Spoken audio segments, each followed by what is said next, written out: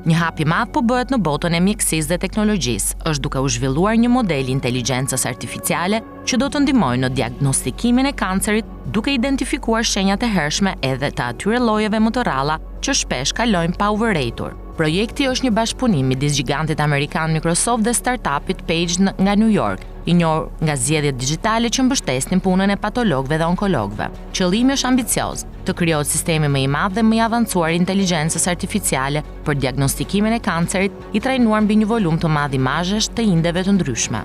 Sistemi do të mund të njohë ndryshimet në tumorët më të zakonshëm si dhe në ato më të rralla, të cilat janë të vështira për tu identifikuar me sy të lirë. Në këtë mënyrë mjekët do të kenë një mjet shtesë për të bërë diagnoza më të sakta, duke reduktuar gabimet dhe duke përmirësuar kujdesin për pacientin. Paige po punon prej vitesh për të digitalizuar punën e patologëve duke kaluar nga analizimi I mostrave nën mikroskop në ekzaminimin e imazheve digjitale në ekran. Kjo metodë jo vetëm që e bën më të lehtë punën e mjekëve, por edhe rrit saksinë diagnostikuese. Paige ka origjinën nga një degëzim I qendrës së kancerit Memorial Sloan Kettering në New York dhe disponon një bazë të dhënash masive më të madhe se ajo e Netflix, e cila përmban miliona imazhe indesh të pacientëve të trajtuar. Modelet e inteligjencës artificiale të zhvilluara nga Paige tashmë ndihmojnë mjekët të zbulojnë shenjat e hershme të kancerit të gjirit, zorrës së trashë dhe prostatës, duke lehtësuar punën dhe duke rritur besueshmërinë e diagnozës. Por për të arritur një nivel dhe më të lartë, kompania ka bashkëpunuar me Microsoft duke përdorur fuqinë e cloud dhe superkompjuterët për të ndërtuar një model të madh të trajnuar me mbi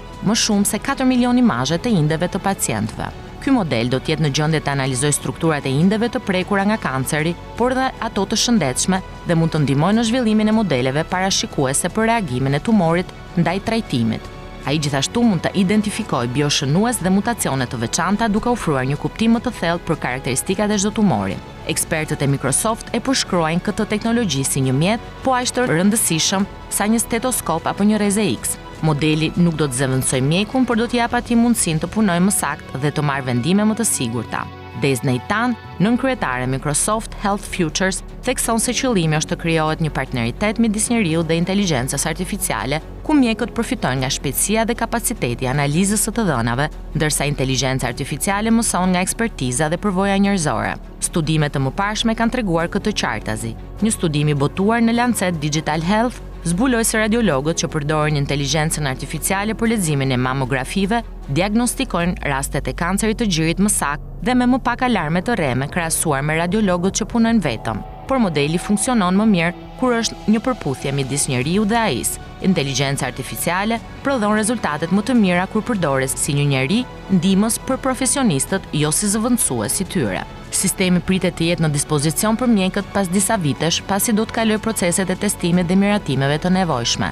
Megjithatë, shpresa është e madhe, përdorimi I inteligjencës artificiale mund të zvoglojë ndjeshëm gabimet diagnostike, të përshpejtojë analizat dhe të rrisë mundësinë që pacientët të marrin trajtimin e duhur në kohë. Ky projekt nuk ka të bëjë vetëm me teknologjinë, por edhe me një ndryshim të madh në mënyrën se si mjekët dhe shkenca trajtojnë kancerin. Ai është një shembull I fuqishëm I bashkëpunimit midis njeriu dhe makinës, ku eksperjenca njerëzore dhe kapaciteti I analizës së të dhënave bashkohen për të shpëtuar jetë. Në fund, inteligjenca artificiale për diagnostikimin e kancerit nuk është një risi e thjeshtë teknologjike, është një investim në shëndetin e njerëzve, një mjet për të bërë diagnostikimin më të besueshëm dhe më të shpejtë, dhe një shpresë reale për pacientët që presin zbulimin e hershëm të sëmundjes.